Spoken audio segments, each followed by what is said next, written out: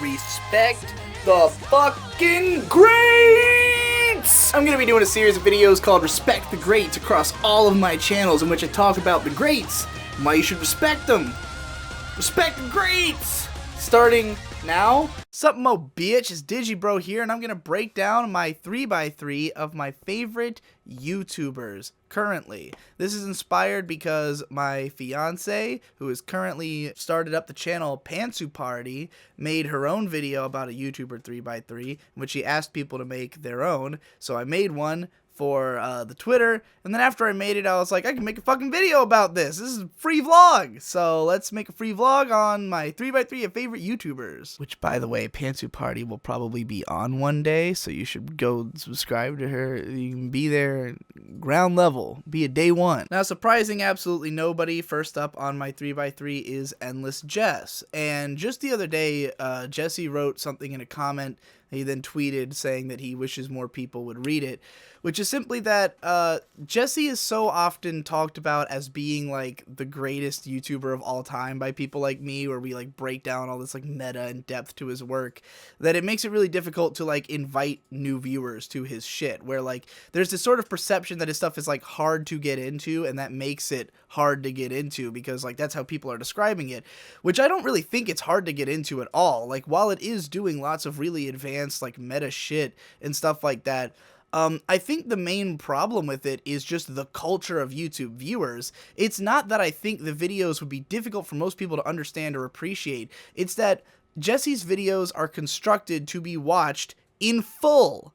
They are constructed to be watched from beginning to end because they have narrative arcs like regular films, like actual stories. You know, his videos usually start off with him in one position and he ends in another. There's usually some sort of growth or development of him as a character throughout the video. There's usually a growth and development in what he's covering and his thoughts on it. There's usually a sort of expansion as he outwardly you know, talks about like a deeper and deeper layer of what's going on. The ultimate Jesse video, in my opinion, is What You Gonna Do.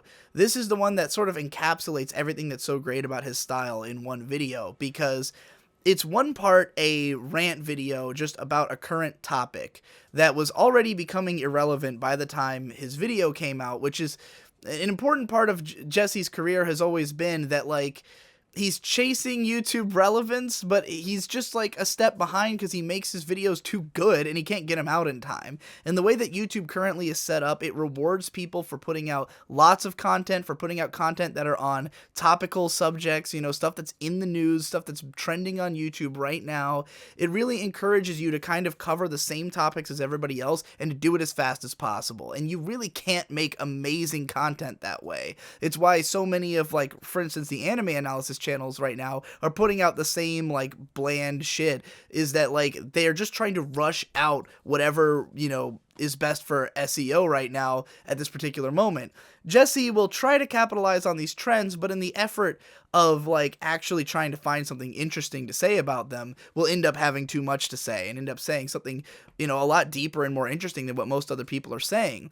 But because of the nature of YouTube, that most YouTube videos are expected to kind of be one note. They're expected to just like prattle information at you, or to, you know, just like easily have a graspable opinion with a clear like political backdrop behind it. Like, you have a clear sense of ideals. Endless Jess doesn't really come from any of those kind of perspectives. He's just Endless Jess. The only thing you really need to know about him is him. You just need to see, you know, more of his videos to get a better sense of like what kind of person he is and what he personally values. He's not really somebody you can put into any of those boxes or groups.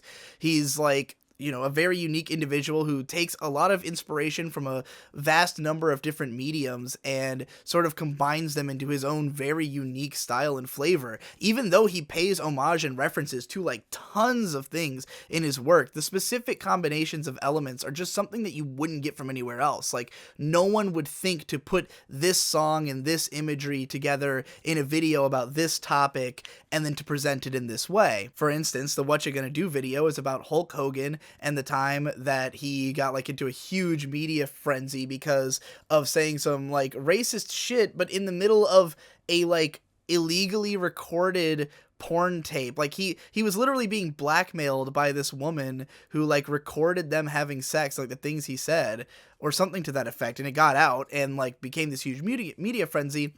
And Jesse was sort of sticking up for Hulk Hogan, not only because of like how wrong it was that people were like fucking burning him at the stake for what is a huge breach of privacy, you know, for him. Like, it's just him shit talking somebody in his fucking the comfort of his own home with a woman he's having sex with, not knowing he's being recorded, and like people are acting like he's the monster somehow, and he's clearly like the victim in this particular scenario. You know, he's fucking, yeah, he's saying some racist shit literally in the like somewhere it shouldn't matter, and like shouldn't be like talked about because it's really his private life and his private business, you know? So Jesse goes in about that, but then he also talks more expansively about Hulk Hogan as a person. Like, how do people see him? Do people perceive him as a racist? Like, how has his character, you know, shown him to be after all these years as a wrestler? And then intermingled with all of that going on, and the reason I suggest you watch the video, What You Gonna Do, is that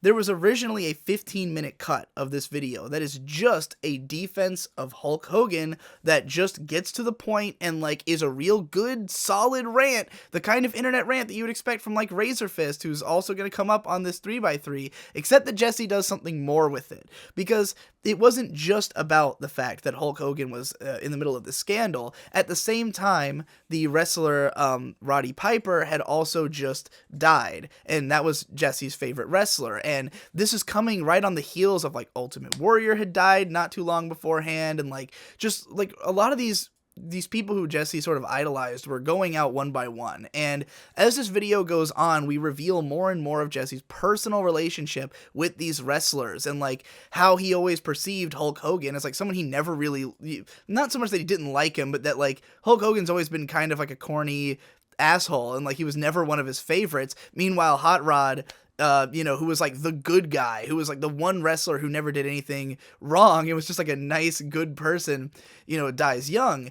And so as this video goes along, we gradually get to where the real root of the matter is that like Jesse is making this video trying to defend Hulk Hogan, but the real narrative of the video is about how Jesse feels betrayed by all these wrestlers who've like, you know, become assholes or like been revealed to have done all these bad things, and then like the one good guy is the one who's dead, and he just kind of can't take it anymore. And there's like a big breakdown section at the end of the video that is legendary and has one of the best pieces of music in a YouTube video, the uses of a piece of music I've ever seen. It's a great fucking video, and hopefully like just by describing that I can give you an idea of what is so good about Jesse's style. He takes things that other people would just write an opinion piece about, but he adds a little bit more into it. Or if he is writing an opinion piece, he finds a new angle on it. He finds something to talk about nobody's said before, or that like is just interesting to him in a personal way. You know, not every video is a gigantic masterpiece or something. In fact, a lot of them, his not a review series, is like intended to be easily digestible content.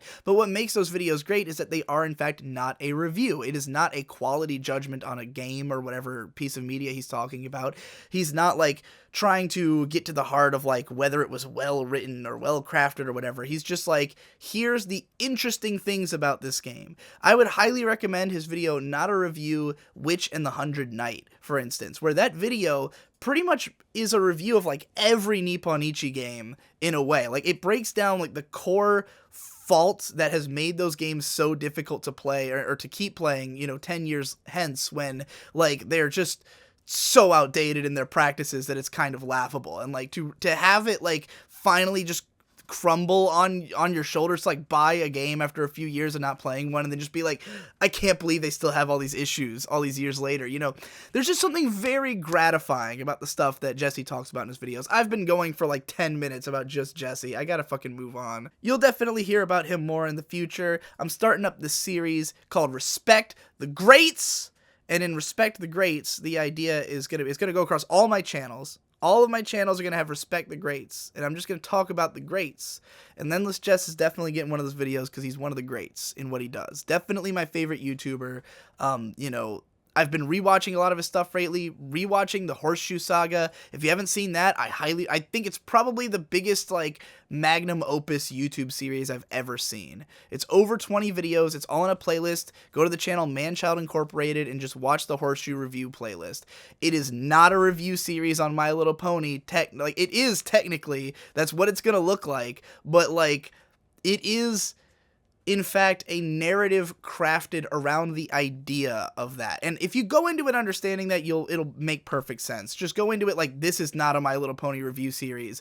This is a guy making an artistic work like that's a commentary on the nature of YouTube analysis and YouTube commentaries, and like kind of showing you how asinine and ridiculous a lot of the practices in that community are, while also proving that it's not only easy to do, but that he could do it better than anybody else, you know? So, like, watch that series if you want to have all boilerplate analysis videos for you, including some of mine, ruined forever. Like, you will never want to watch a normal-ass, boring analysis video again that someone like Nerdwriter might put together if you've seen the fucking Horseshoe reviews. Anyways, moving on from Endless Jest, we've got Lemon. I only found out about this dude recently, but he's rapidly risen the ranks of my favorite YouTubers. I mostly started following this guy for the same reason a lot of people did in the last half year or so. He made this video called Meme Theory about Behind the Meme and Anthony Fantano's meme review, comparing them, talking about why Behind the Meme is a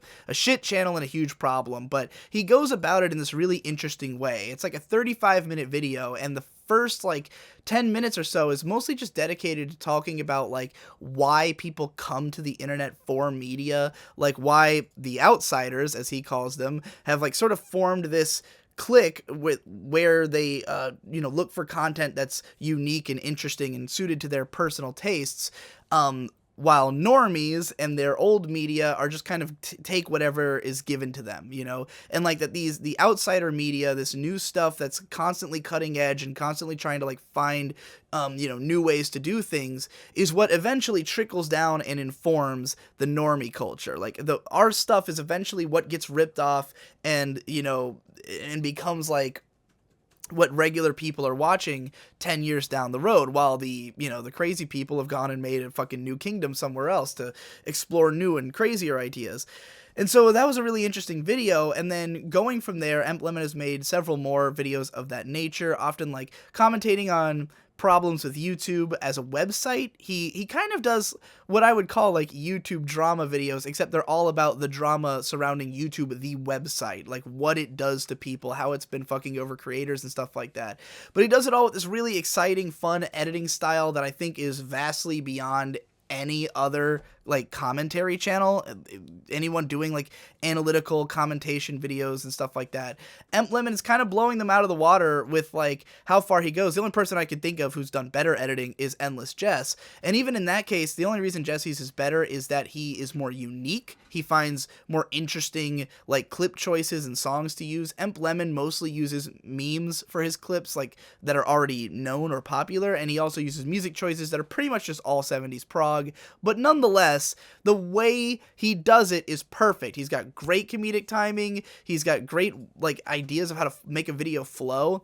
And if you watch his stuff that's not commentary videos, this is where it really shocked me, because I had only really been watching his commentaries. I didn't go back and watch all his YouTube poops and stuff. The dude's been on YouTube forever, and he was mostly a YouTube poop artist. But like his current YouTube poops are fucking insane. They're really, really fucking entertaining, because if you watch one of his like Ascended videos, his video called like 2017 memes as interpreted by SpongeBob, except it's Ascended, and like it's basically him just like recapping a year's worth of memes, but doing it by turning that into like a short film, this like weird comedy epic that like takes all these memes and sort of puts them in a blender and finds ways to remix them all against one another and to like just really pump up the comedic potential of all these memes. Quite frankly, it's amazing that in as many of his fucking videos as I've watched at this point, he does reuse like the same memes all the time, but just finds new ways to make them funny, to the point that they get even funnier because you're seeing the same thing you've seen before, but in a new context. And I really think he's fucking great at that shit. Anyway, moving on from him, we've got Razor Fist. Razor Fist is a guy who I like primarily for his rants and vlogs. I do not care about his video game reviews. I honestly think they're pretty bloated.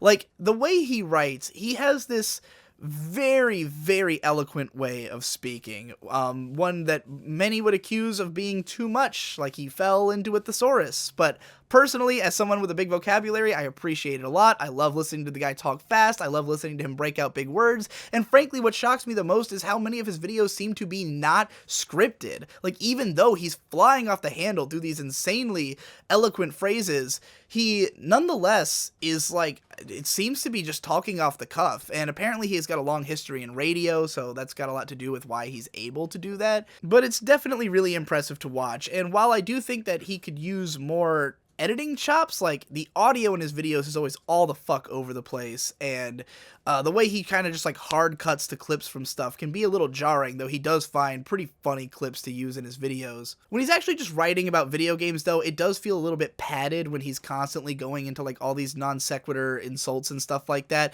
whereas when he's just giving a rant, it feels much more pointed, and his anger and like his rage, as it were, because he is the rageaholic, just gets so intense and real feeling in a way that it cannot in his like more scripted content. In his vlogs, he's real powerful, and more importantly, he just like is one of the smarter fucking guys talking about any of the shit that he talks about. Now, to be perfectly clear, Razor Fist is indeed like a hardcore libertarian political commentator, very anti-liberal for sure. Not that he's like extremely pro-conservative party or anything like that, but like he definitely rags on like liberal ideas while explaining, you know, more right-wing or libertarian ideas. And regardless of political belief, like, I don't necessarily agree with all or even most of what Razor Fist talks about, though he has made by far the most compelling arguments I've ever heard from anyone in his, like, political camp. There's a weird way that people who are a part of one or another political faction will kind of look at people outside of that faction as they must just be insane. Like, people on the left, the way they talk about the right is they must just be insane or literally retarded. Like, you watch, like, Colbert or something, or, you know, I mean, oh god, any fucking news pundit for the left. Like, that's how they paint the right. It's just a bunch of fucking idiots who voted for a fucking idiot. Razor Fist is the only person who you can listen to talk about, like, why someone like Trump, like, maybe made a decision that he made, and then you go, oh, I mean, that makes sense. I get why you think that way. I get how that is possibly even the right decision. Like, I don't have enough data for the other side, and frankly, it could just be that the reason I want this and you want that has nothing to do with the greater good and more to do with, like, who we know or who we are and where we live and, like, what values we have. But, like, it's very clear why Razor Fist thinks the things he does, and frankly, it's been extremely enlightening for me to finally see someone who's, like, as someone who grew up liberal and, like, constantly surrounded by liberal punditure, to, like, see someone more on the right who can, like, explain themselves and, like, make me understand. And I go, oh, okay, like, now I just kind of really resent all that liberal media that I consumed that painted the other side that way. And granted, Razor Fist also paints liberals like they're complete morons, but, like, again, he's not exactly towing any particular party line himself. He kind of calls out anybody if he thinks he needs to. But really, politics aside, what makes Razor Fist great is that he's just one of the most moral guys on the internet. In fact, this whole top row, this is a big part of why I like these three guys, is that all three of them are people who really care about the world and other people and, like, want it to be better. And all of their approach is definitely one of, like, I am angry. I am angry that things are the way that they are. I am angry at you for making them this way, audience. However, I want us all to move on. I want us to get better. I want us to, like, learn from each other and, like, you know, eventually try to make the right decisions. And what makes Razor Fist so compelling, especially as a conservative voice, is that he is couched entirely in empathy. Everything he talks about is couched in, like, I want things to be the best that they can be for people on, like, an emotional level. It's very clear listening to Razor Fist talk that he is a man of heart. It has nothing to do with his politics. He is a man of empathy. And I think the same is true of Endless Jess and even Emp Lemon, who, in spite of being a big memer and in spite of being someone who, you know, would probably support, you know, anyone's ability to say whatever they want and stuff like that, would not go and say, like, say a bunch of mean shit about people. He definitely is not somebody who would want anything bad to happen to anybody. You know, after he made his behind the meme video, in his follow-up, he has like kind of not quite an apology section, but just like talking about how he's not going to beat up on him anymore because the man's gotten like more grief than he expected him to over this. And he was like, look, man, like, I don't want you to attack the guy. I just think his content's bad. Just stop watching the content. You know, in this world where everything on the internet's a personal attack now, like somebody makes a bad video and now it's like he's a monster, or somebody expresses a political opinion you disagree with and now you can't watch his videos anymore. Emblem's just not as willing to throw people under the bus as other people are, you know. He's critical, but he's not like trying to fucking ruin anybody's life, which I think a lot of people are now. Nowadays, people get mad at you for something you did, I don't know, you pissed them off because of your opinion about something, and now they want to fucking, you know, mail you your fucking horse's severed head or whatever. Anyways, point being, Razor Fist is dope. If you haven't seen his video about Michael Jackson, where he talks for like 30 minutes about why Michael Jackson's completely innocent and how the news media just totally fucked him for like 20 straight years, highly recommend that video. It is kind of heart-wrenching in a way, and it will make you care about Michael Jackson and in a way you never have before, and it will make you very mad if anyone makes fun of him for being a pedophile in front of you again. He also has a great video about the wall. He has a great video defending Trump's wall, and like I was literally the guy on the front line of like Trump's wall is the most retarded thing I've ever heard of back when Trump was on the campaign trail, and I gotta say, this motherfucker made a real compelling argument. I don't know if I completely agree with it, I'm just saying, real compelling, and you should watch it. Next up is video game Donkey. I found out about him only a couple years ago. He's been around forever, but what really intrigued me about him is his dunk views, his like short reviews, and I mean, all of his videos are great, but his reviews really struck me because they can make you understand what is great about a game with no technical terminology. He doesn't bust out any academic words on you. His videos are short. They're usually like 5 minutes, maybe not even that much, and yet he knows how to find like just the important shit and explain it in a way that just sidesteps all that terminology and it makes you understand it instantly. For instance, probably my favorite, and this is the moment where I realized Donkey was one of my favorite YouTubers, was his Ocarina of Time review, which is only like 3.5 minutes long, and he simply talks about the way that you can see Death Mountain in the distance all throughout the game, and he shows like 4 screen caps of like all the major levels, and you can see Death Mountain in all these screen caps, and then he goes, and then you go there and there's a big Goron up there, you know, and he shows that clip, and it's just in like 5 seconds, he's communicated so much about what's good about Ocarina of Time. Like, the fact that it has that kind of environmental storytelling, that it has this epic feel to it, that you see places and then you go there, which is real exciting, and that, like, I think Breath of the Wild really tried to capture that in a big way as well, whereas, say, Twilight Princess, that's really where I think that game fumbled the ball. Like, it takes place in too many strict corridors, and like the early part of the game, even the first time you get into a field, you just get bottlenecked right into the next level, you know, like, you don't have that sense of wonder you did the first time you enter Hyrule Field in Ocarina of Time that Donkey, I think, captured perfectly. So I don't want to get too fucking far off the rails into Ocarina, but Donkey's videos are generally like that. He can capture the soul of something really quick. His Tony Hawk video is another great example of like 2-minute video that is the perfect Tony Hawk review. Nothing else needs to be said.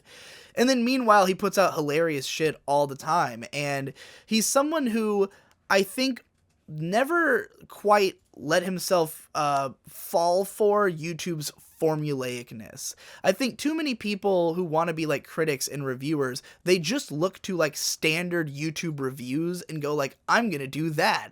And meanwhile, Donkey's over here doing something totally different, way more effective, getting way more views than like any of those channels are. He's fucking, you know, massively popular. Why are more people not trying to copy that style? You know, why are more people not trying to like, you know, get all the best footage and then like make a really short pointed video with fun dialogue and all that.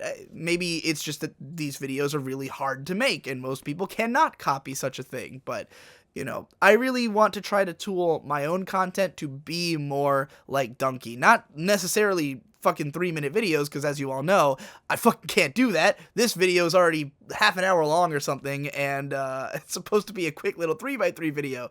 But I just think that there's a lot to learn from Donkey's style, and I think that it's much smarter of a style than a lot of channels that sound smart by using tons of big words and going on for, 30 minutes at a time about a show. Next up, right in the middle, we've got Red Letter Media, and Red Letter Media, I was like debating if I wanted them on my 3x3 or not, but they kind of represent all of the like stuff I watch on YouTube passively.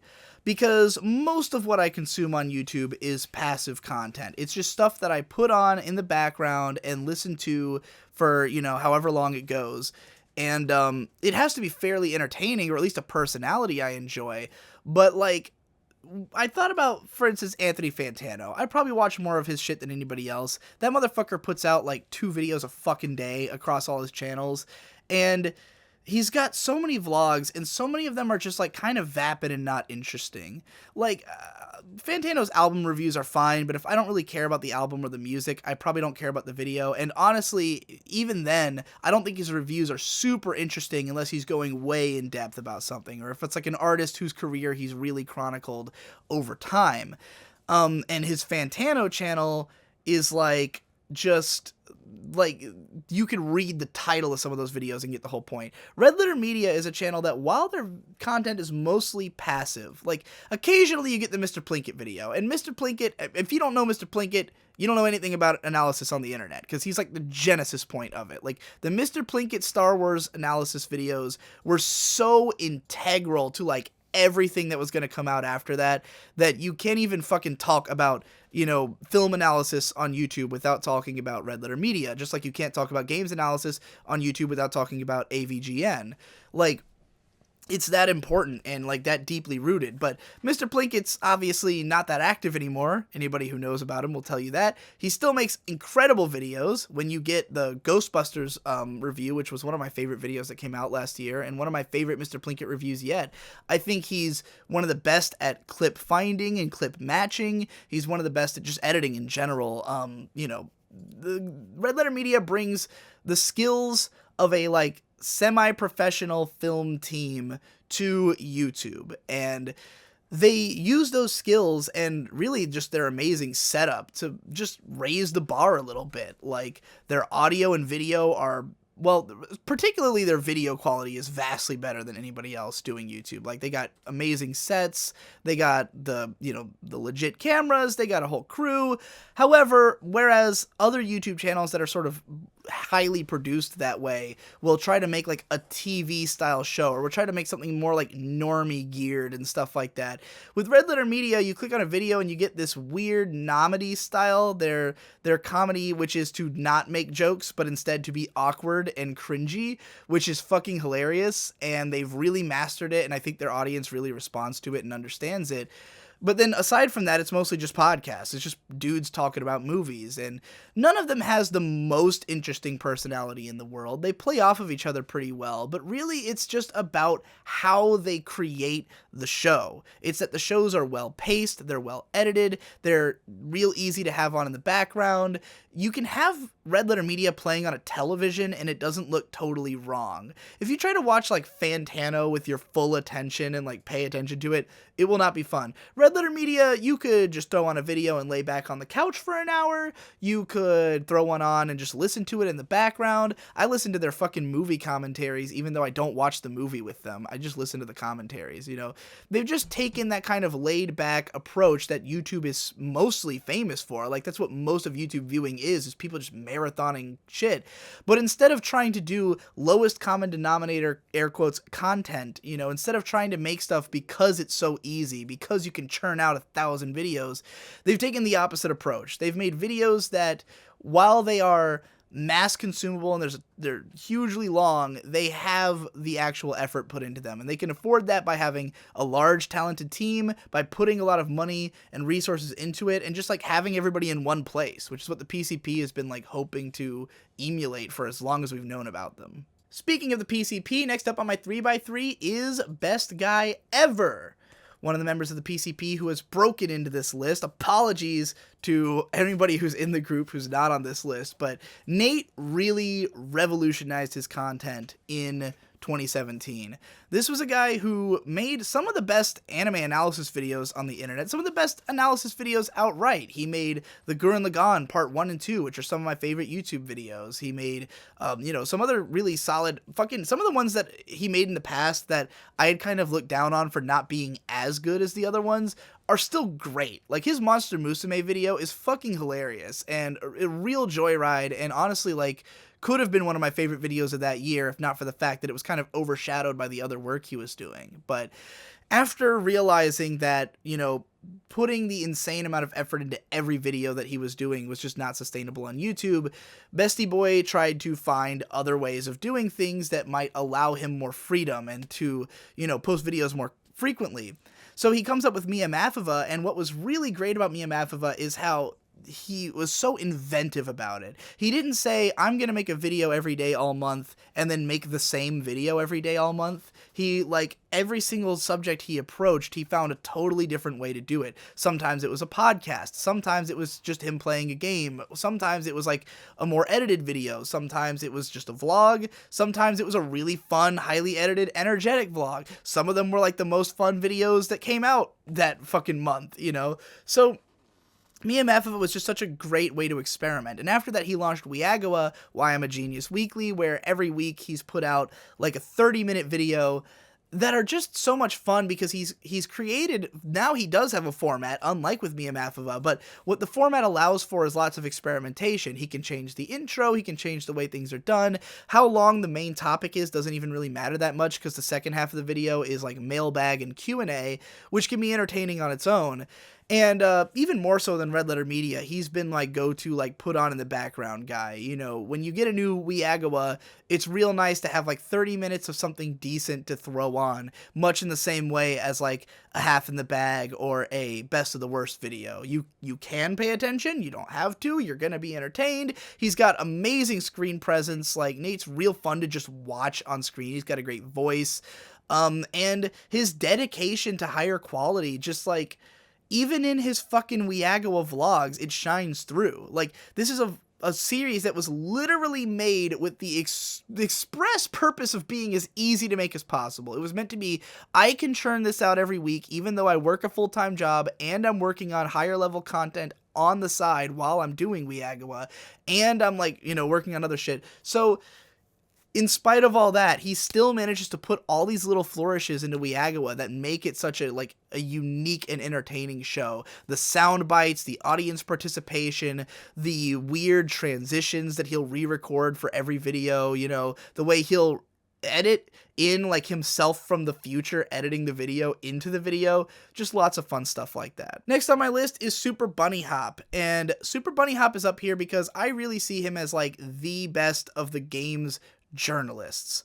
Of everyone talking about games, of everyone doing game reviews, game analysis, writing about games, he's the only one who is constantly finding unique angles to approach things from. He's constantly finding subjects that no one else is fucking talking about at all and exploring them in extreme depth. And he goes way farther with the journalistic aspect than pretty much anybody else. This is the only guy I've seen who will turn up in a YouTube video with a bunch of interviews from obscure people involved in something that he's talking about.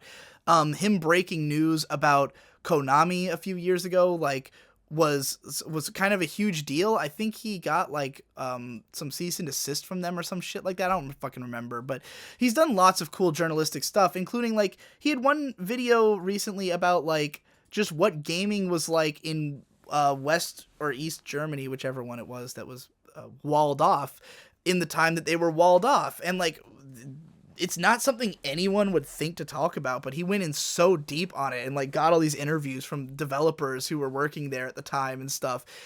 And it's just fascinating. I think he's the only person who I compare a lot to myself in terms of like he is to games and what I am to anime, except that he's a better journalist than I am and goes more out of his way to get all the info. And he has a really fun, interesting way of writing as well. I love his approach to criticism, what he sort of cares about. I love that he's one of the only like gaming critics who, while simultaneously being like a very serious critic, is also a very serious gamer. Like, you watch someone like Jim Sterling, and while he plays shit tons of video games and is an interesting journalist and an interesting gamer, you don't get the sense that he's that like great at video games, that like he's a master at any of them, or that he plays them to 100% completion every time before he talks about them.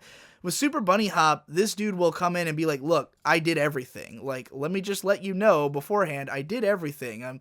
I got 100%, or you've got videos of him playing games on like the highest difficulty and stuff like that.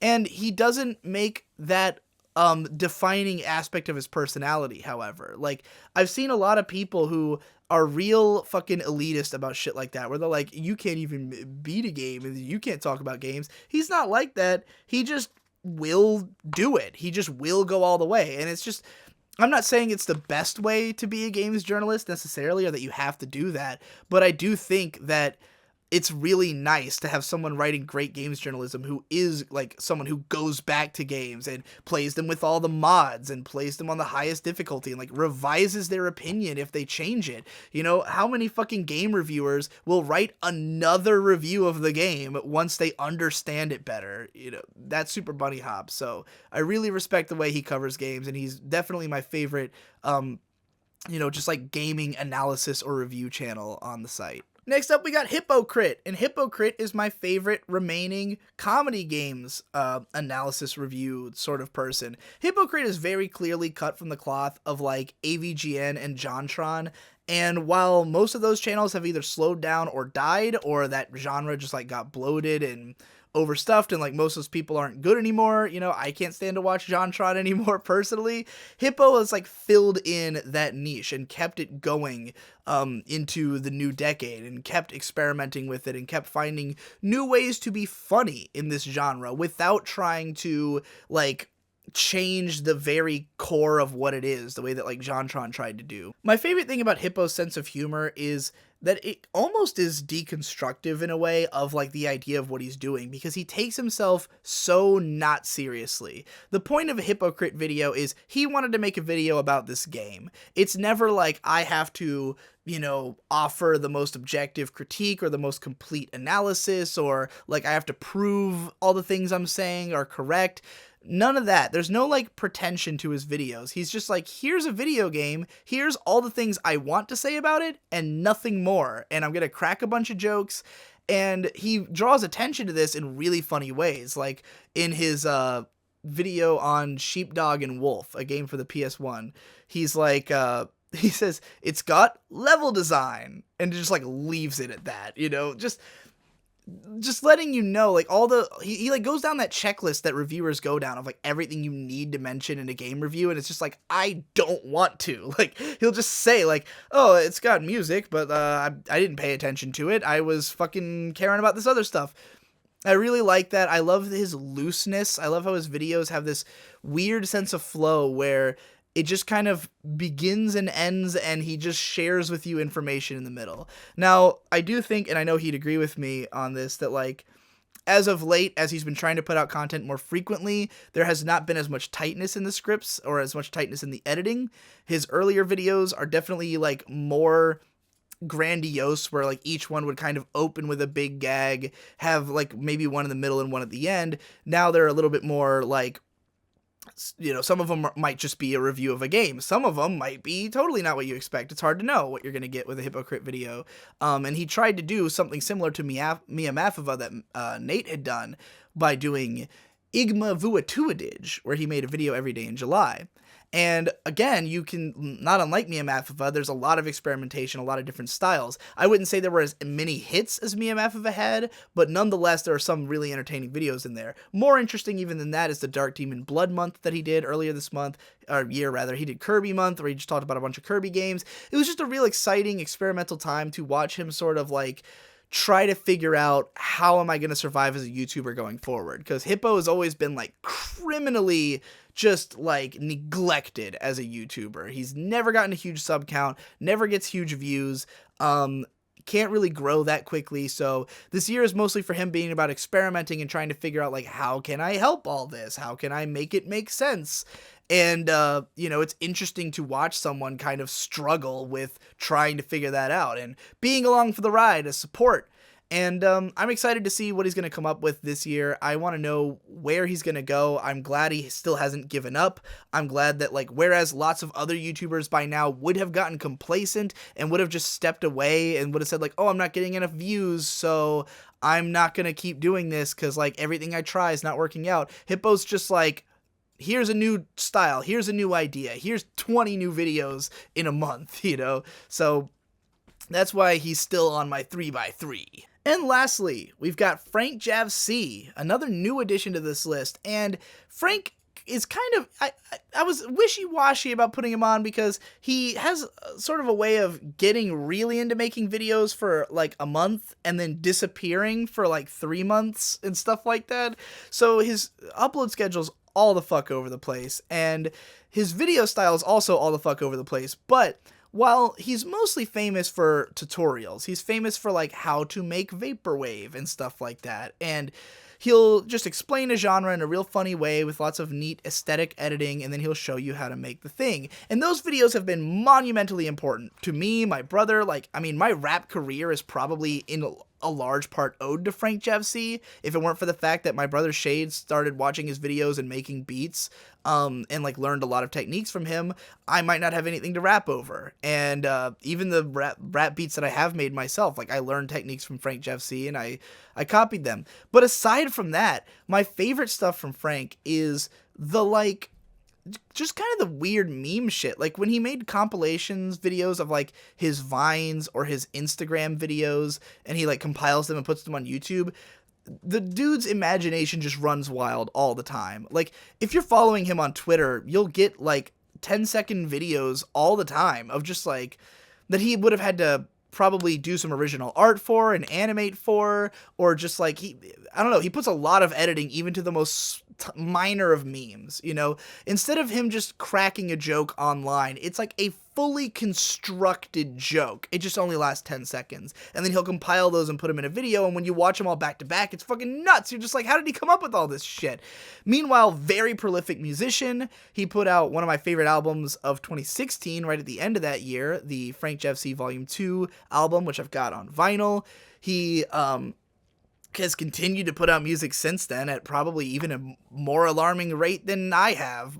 I don't know, comparable at least. The man puts out tons and tons of stuff when he's actually putting stuff out. And some of the ways when he came back in 2017, there was like a couple of months where he was really active and was really doing something similar to Nate. In fact, I think during May, while Mia Maffova was happening, for the first 2 weeks, Frank JavC also put out a video every day for 2 weeks. And all of them, like Mia Maffova, were totally different from one another and just unique ideas on like, how do I convey this particular thought? Like, how do I make this random idea I had into a video and make that entertaining? And he experimented a lot, and, you know, in many ways was just as good as Mia Maffova. Unfortunately didn't finish the month or much of the year, but I do think Frank's one of the more inventive people out there, one of the YouTube channels you should be looking out for. And this went on for 9 years, but there's my YouTube 3x3. I hope you enjoyed. I hope you'll check out the video that inspired this, made by Pantsu Party, and I hope you'll check out all these fucking channels. I'm going to put links to all of them, as well as what videos I think you most need to check out in the description. I'll try to limit it to like 2 per person. 2 videos that if you can't get sold on that guy in 2 videos, then like, you're dumb. The end.